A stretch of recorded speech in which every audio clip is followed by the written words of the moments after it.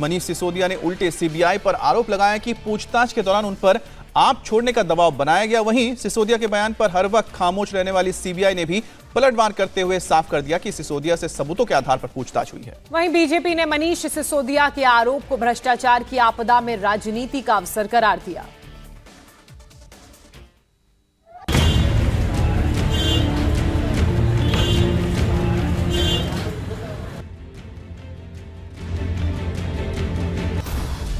दिल्ली के deputy CM Manish Sisodia से 9 घंटे पूछताछ।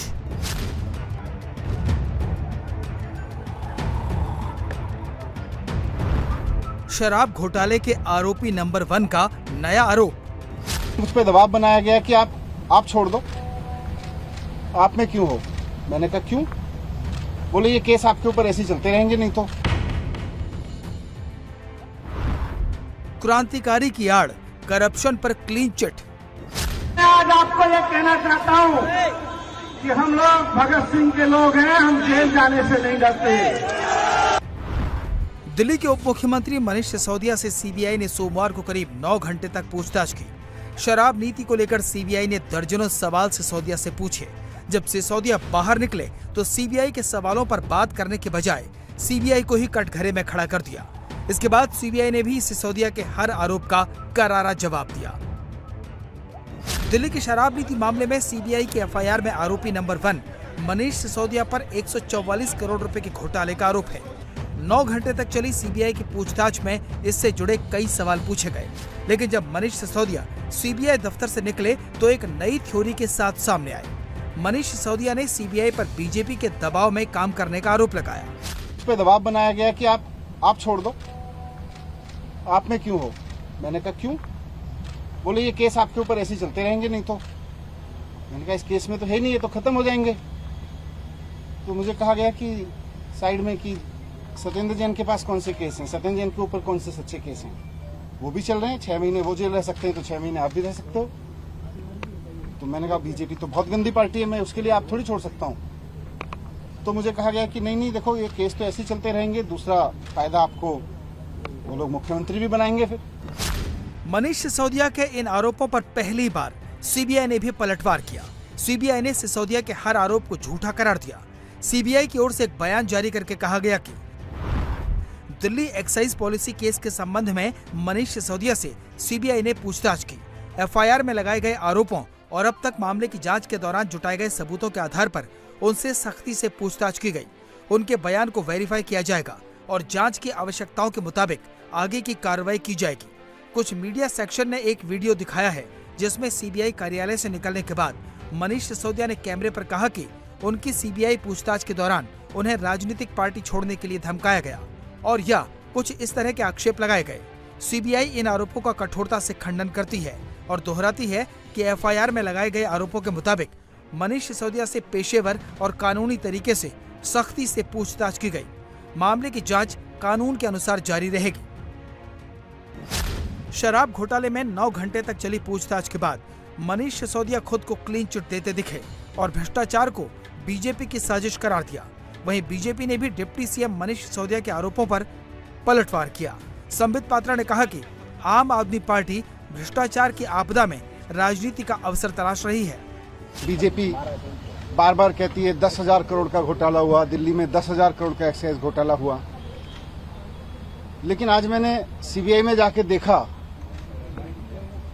मैंने देखा कि कोई घोटाला तो वहां है ही नहीं। घोटाले की तो कुछ मसला ही नहीं है वहां पे।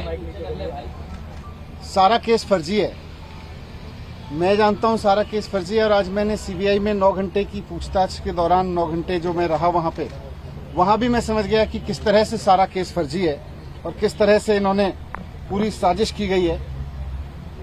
आज मुझे समझ में आया कि इन्होंने सीबीआई में केस किसी घोटाले की जांच के लिए नहीं करा रखा। इन्होंने सीबीआई में जो मेरे खिलाफ केस करा रखा है वो दिल्ली में एक्चुअली ऑपरेशन लोटस को कामयाब करने के लिए करा रखा है। देखिए, आज तक आपने विश्व में कभी किसी भ्रष्टाचारी को सुना है कि वो इंटरोगेशन के बाद बाहर आता है और कहता है कि मैं भ्रष्टाचारी था, मुझसे गलती हो गई? वो यही सब कहता है। और देखिए, ये जो ऑपरेशन है, इस ऑपरेशन का नाम है ऑपरेशन नॉन कोऑपरेशन। देखिए, मैं और आप भी नहीं जानते हैं कि सवाल क्या पूछा गया होगा, क्योंकि एक इंडिपेंडेंट अथॉरिटी है। मगर क्या पूछा गया होगा कॉमन सेंस के हिसाब से? यही पूछा गया होगा ना कि ये जो एक्साइज पॉलिसी आपने वापस क्यों ली। ये पूछा गया होगा बताओ मोटा माल कहां है, किस प्रकार से मोटा माल कहां कहां गया। मगर ये जो ऑपरेशन इत्यादि की बातें कर रहे हैं, ये कहीं ना कहीं ये आम आदमी पार्टी, अरविंद केजरीवाल और मनीष सिसोदिया भ्रष्टाचार की आपदा में राजनीति का अवसर ढूंढ रहे हैं। ये जश्न भ्रष्टाचार है और कहीं ना कहीं they are trying to convert a vice into a victory. जो एक वाइस है उसको विक्ट्री बनाने की चेष्टा हो रही है। सोमवार को एक तरफ सीबीआई की टीम मनीष सिसोदिया से शराब घोटाले के राज उगलवा रही थी, तो दूसरी तरफ आम आदमी पार्टी के नेता और कार्यकर्ता दिल्ली की सड़कों पर क्रांति कर रहे थे। भ्रष्टाचार के आरोपों में घिरे नेताओं को क्लीन चिट दे रहे थे। मनीष सिसोदिया के खिलाफ एक भी भ्रष्टाचार का सबूत भारतीय जनता पार्टी के पास नहीं है। ये कार्रवाई करप्शन की नहीं है, ये कार्रवाई इलेक्शन की है। सिर्फ इलेक्शन के कारण ये कार्रवाई की जा रही है। हजारों करोड़ के भ्रष्टाचार के आरोपों में घिरे आम आदमी पार्टी के नेता क्रांतिकारियों की आड़ में खुद को पाक साफ बताने में लगे हैं। दिल्ली के सीएम अरविंद केजरीवाल खुद मनीष सिसोदिया को भगत सिंह बता रहे हैं। वहीं अब शहीद भगत सिंह के परिजनों ने केजरीवाल की इस क्रांति पर सवाल खड़े कर दिए हैं। शहीद भगत सिंह के परिवार वालों ने दिल्ली के सीएम अरविंद केजरीवाल से पूछा है कि भ्रष्टाचार के मामले में पकड़े गए अपराधियों की तुलना शहीदों से क्यों की जा रही है, वो इससे क्या राजनीतिक फायदा चाहते हैं। मैं आज आपको ये कहना चाहता हूँ कि हम लोग भगत सिंह के लोग हैं, हम जेल जाने से नहीं डरते। आजादी के लिए 20-30 साल के लड़कों ने कुर्बानी दी थी। देश आज फिर कुर्बानी मांग रहा है। देश आज फिर ऐसा सीना मांग रहा है जो जेल जाने से ना डरे, और हमें गर्व है कि हमको जेल जाने से नहीं डर सकता। मुजरिम जो लोग हैं, जो करप्शन के केसों में फंसे हुए, जहाँ उनके ऊपर केस इल्जाम चल रहे हैं कि उनकी शहीदों के साथ इक्वेट करें, और उनको जरूरत क्यों पड़ी? उससे क्या पॉलिटिकल माइलेज लेना चाहते हैं वो? उनका ठीक है, अपना लड़ाई जो है वो पॉलिटिकली लड़ें, लेकिन मत इनको शहीदों के साथ इक्वेट करो। अकेले सरदार भगत सिंह की बात नहीं है, बाकी भी जितने आज़ादी के लड़ाई में फ्रीडम फाइटर्स हैं उनके साथ भी किसी को इक्वेट ना करो। उनका मिशन और था, उनका ये राज भाग लेने का नहीं, उनका ये नहीं था कि हमने सत्ता में आना है, नहीं तो वो सरवाइव कर सकते, कभी फांसी के रस्से पर नहीं जाते। सूत्रों के मुताबिक 9 घंटे की पूछताछ में मनीष सिसोदिया ने जो जवाब दिए, सीबीआई उनसे संतुष्ट नहीं है। आज सिसोदिया गुजरात जा रहे हैं। अब सीबीआई सिसोदिया के जवाबों को वेरीफाई करेगी, जिसके बाद आगे बड़ा एक्शन हो सकता है। इंडिया टीवी हर वक्त हर जगह डाउनलोड करने के लिए सर्च करें India TV news Google play store या ऐप स्टोर पर।